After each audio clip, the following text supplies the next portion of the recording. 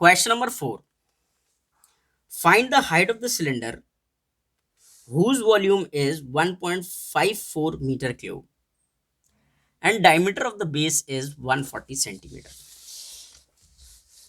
सबसे पहले ये समझो ये कह रहा है, ये कह रहा है कि एक सिलेंडर है, उसका डायमीटर आपको दे रखा है, कितना दे रखा है, यहां से लेकर यहां तक, यहां से लेकर यहां तक दे रखा है 140 सेंटीमीटर, और इसकी हाइट पूछिए आपसे, हाइट हमको नहीं पता, और वॉल्यूम दे रखा है इसका 1.54 मीटर क्यूब। इतनी बात समझ गए। सबसे पहले देखो डायमीटर से आप रेडियस निकाल लो, यहां से यहां तक कितनी है, तो हाफ होती है इसका, 140 का हाफ करना पड़ेगा। फिलहाल देखो जो रेडियस है अगर वो आपको निकालनी है तो डायमीटर को 2 से डिवाइड करें।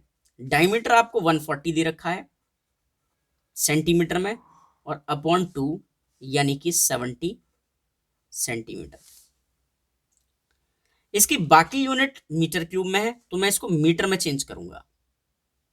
आप जानते हो कि 1 मीटर में 100 सेंटीमीटर होते हैं, है ना, तो इसको मीटर में चेंज करने के लिए किससे डिवाइड करना पड़ेगा, 100 से, तो ये मीटर में चेंज हो जाएगा, तो यानी कि 7/10 मीटर। ठीक है, यानी कि 7/10 मीटर। ये क्या है, ये है रेडियस। फिलहाल आप जानते हो कि वॉल्यूम ऑफ सिलेंडर क्या होता है बताओ, तो वो होता है पाई आर की पावर 2 इंटू एच। इसको सॉल्व करने से मिलता है वॉल्यूम। वॉल्यूम आपको ऑलरेडी दे रखा है, कितना है, 1.54। समझ गए। अब आप क्या करो, वैल्यू पुट करते जाओ। पाई की वैल्यू 22/7, रेडियस कितनी है 7/10, इसकी पावर कितनी करनी पड़ेगी 2, क्योंकि रेडियस की पावर 2 है। हाइट को सिर्फ h रखा और 1.54 metre cube as it is. कोई प्रॉब्लम।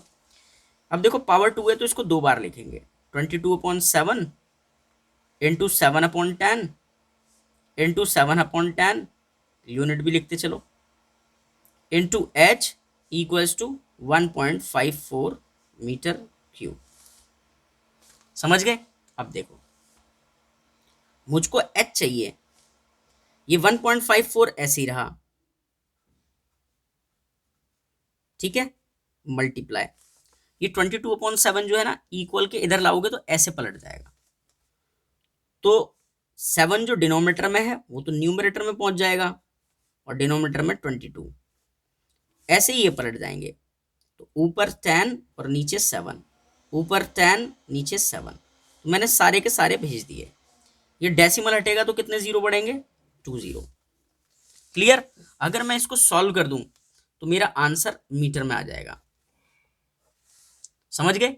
देखो इस जीरो से ये जीरो कैंसिल, इससे ये कैंसिल, 7 से 7 कैंसिल, ठीक है। इसको 2 के टेबल से कट कर दूं, 2 के टेबल से ये 11, 2 के टेबल से इसको कट करोगे तो 2 7 जा 14 और 2 7 जा 14, 11 के टेबल से ये 7 टाइम्स कैंसिल, 7 से 7 कैंसिल, कुछ भी नहीं बचा, तो कुछ भी नहीं बचा का मतलब जीरो नहीं है, इसका मतलब 1। तो हाइट कितनी हो गई उस सिलेंडर की, 1, और यूनिट क्या चल रही है, मीटर, तो आप लिखोगे height of the cylinder is 1 metre. ठीक है, आई होप आपको समझ में आ गया होगा। ये चलते हैं नेक्स्ट क्वेश्चन पर।